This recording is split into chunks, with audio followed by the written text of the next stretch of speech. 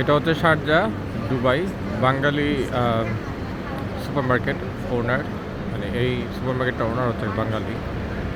এখানকার পরিবেশ দেখলে দেখা যায় যে কত পরিমাণ মানুষ আছে এখানে।